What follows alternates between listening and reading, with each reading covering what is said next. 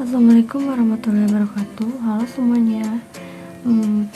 Sebelumnya perkenalkan, nama saya Salwadelia Putri Susanto, jurusan Sosiologi, kelas 2E. Di sini saya akan sedikit menjelaskan tentang pengantar ilmu administrasi publik. Simak. Apa itu administrasi? Secara etimologis, administrasi berasal dari kata administration dengan bentuk infinitif to administer yang dapat diartikan to manage, mengelola, atau to direct, menggerakkan. Maka secara etimologis, administrasi dapat diartikan sebagai kegiatan memberi informasi, mengelola manusia, dan mengelola harta benda ke arah suatu tujuan yang terhimpun dalam organisasi. Administrasi diartikan sebagai suatu proses pengorganisasian sumber-sumber sehingga tugas pekerjaan dalam organisasi tingkat apapun dapat dilaksanakan dengan baik. Tokoh peletak dasar ilmu administrasi. Peletakan dasar-dasar administrasi oleh Frederick Winslow Taylor dan Henry Fayol pada tahun 1886 disebut sebagai tahun lahirnya ilmu administrasi.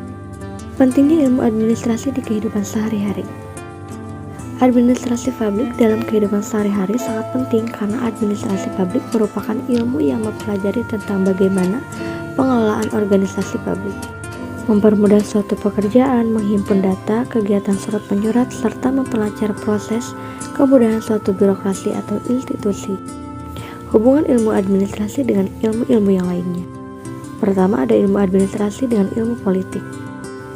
Ilmu administrasi negara bertujuan untuk mengatur tindakan, kegiatan, dan keputusan yang dilakukan oleh lembaga-lembaga pemerintah dalam menjalankan praktik kehidupan negara.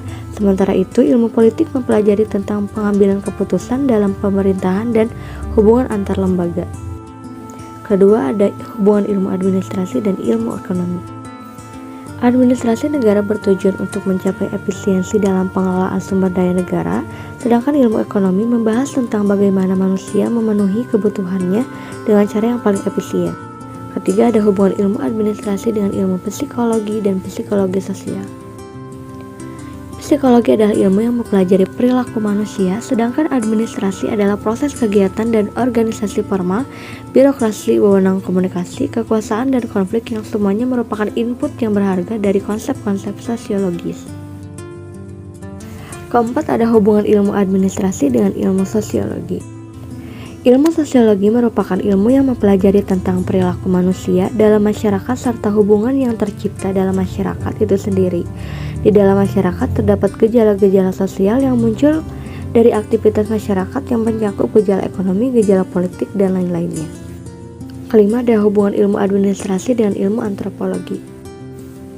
Antropologi adalah ilmu yang mempelajari tentang manusia baik secara fisik ataupun budayanya. Bagaimana kita berperilaku adalah suatu fungsi dalam kebudayaan kita dan hal ini merupakan sumbangan para ahli antropologi untuk bidang administrasi. Keenam, ada hubungan ilmu administrasi dengan ilmu hukum. Administrasi dengan ilmu hukum selain menjadi konsep hukum berdasarkan pada peraturan perundang-undangan, administrasi juga memiliki perlindungan hukum, subjek hukum selaku pemikul hak-hak dan kewajiban. Selanjutnya ada hubungan ilmu administrasi dengan ilmu eksak. Ilmu eksak telah menyumbang dan memperkaya teori administrasi melalui peran ilmu matematik dan statistik. Bantuan berupa penyediaan data-data eksak, lengkap dan up-to-date, serta tersusun secara sistematis untuk memperbaiki pembuatan keputusan yang harus diambil oleh para administrator. Dimensi-dimensi yang terkait satu sama lain.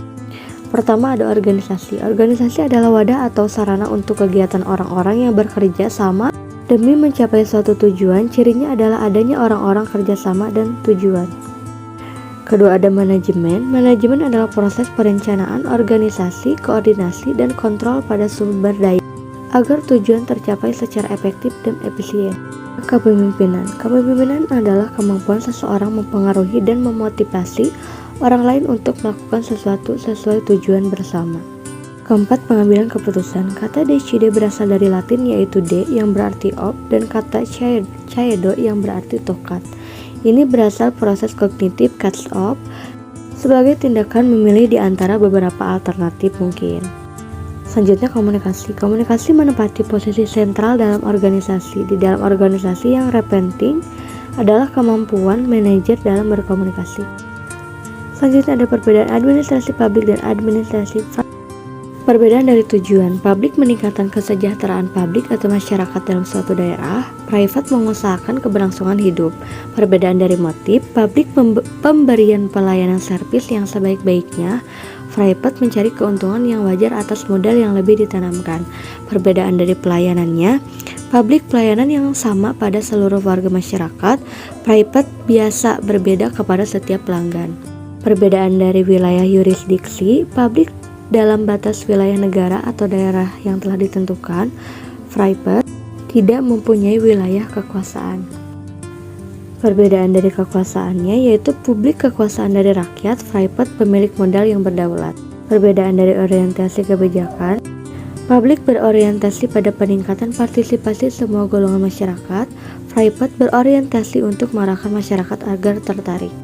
Perbedaan dari modal, publik sangat ketat sebab diatur oleh serangkaian peraturan. Private lebih fleksibel sebab menyesuaikan diri dengan tantangan yang dihadapi. Perbedaan proses dan cara kerja, publik lebih mengutamakan prosedur, private lebih mudah disesuaikan dengan tantangan yang dihadapi. Perbedaan kepegawaiannya, publik disebut pegawai negeri yang sistem penerimaan pengangkatan, private disebut karyawan atau karyawati. Perbedaan otoritas, publik dapat mengatur semua yang ada dalam wilayah kekuasaan daerah, private hanya dapat mengatur orang-orang yang menjadi anggota organisasi.